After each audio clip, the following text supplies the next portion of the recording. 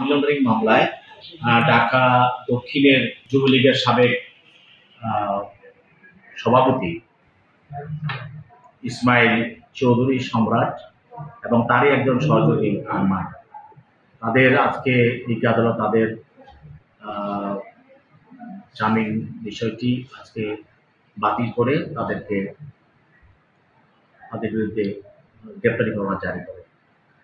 আপনারা জানেন যে ইসমাইল চৌধুরী সম্রাট সে ইতিপূর্বে এই মামলায় সে আইনজীবীর মাধ্যমে হাজিরা দিয়ে আসছিল এবং ডিগ্রি আদালত আইনজীবী মাধ্যমে তার হাজিরার বিষয়টি মঞ্জুর করেছিল, কিন্তু পরবর্তী দেখা যায় যে সে আদালতে প্রসিকিউশনের পক্ষ থেকে এক দরখাস্ত দিয়ে বলা হয় যে এই আসামি বাংলাদেশে বিভিন্ন সন্ত্রাসী কার্যক্রমের সঙ্গে জড়িত রয়েছে এবং সরকার উদ্যোগের বিভিন্ন প্রোগ্রামের সঙ্গে তার জড়িত বিষয়টা থাকার কারণে সে তাকে ব্যক্তিগতভাবে আদালতে হাজির হওয়ার জন্য নির্দেশ দেওয়ার জন্য প্রার্থনা করেছে। তো ডিগ্রি আদালত এই দরখাস্তটি শুনানোর সময় তার পক্ষে তার আইনজীবীরা ছিল, আইনজীবীরা তারা বলেছিল যে আজকে তারা আসামিকে হাজির করাবে ডিগ্রি আদালতের সামনে, কিন্তু তারা উপস্থিত করতে পারেনি, বরঞ্চ তারা বলছে যে আসামি সে দেশে নেই এবং সে বিভিন্ন রোগে আক্রান্ত, সে বিদেশে চিকিৎসার জন্য আছে।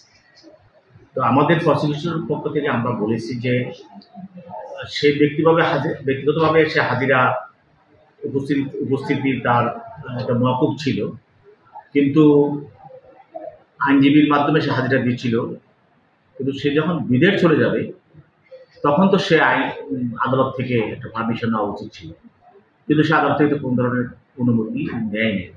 তাই থেকে বোঝা যায় সে আদালত তাকে যে জামিনটা দিয়েছিল যে শর্তে, সেই শর্তটা সে রক্ষা করে নেই। সে আদালত থেকে কোনো ধরনের অনুমতি না নিয়েই সে বিদেশে চলে গেছে। অতএব এবং তারা যে কথা দিয়েছিল আসামি পক্ষে যে আজকে তাকে ডিগ্রি আদালতে হাজির করবে, তা সেটা করতে পারেনি, ব্যর্থ হয়েছে। সেই জন্য ডিগ্রি আদালত তার ব্যক্তিগত হাজিরার মওকুফ যে আদেশটা দিয়েছিল ইতিপূর্বে সেটা বাতিল করে তার বিরুদ্ধে গ্রেপ্তারি পরোয়ানা জারি করেছে এবং তাকে আদালতে গ্রেপ্তার করে আদালতে হাজির করার জন্য নির্দেশ দেওয়া হয়েছে। তার সহযোগী আরমান,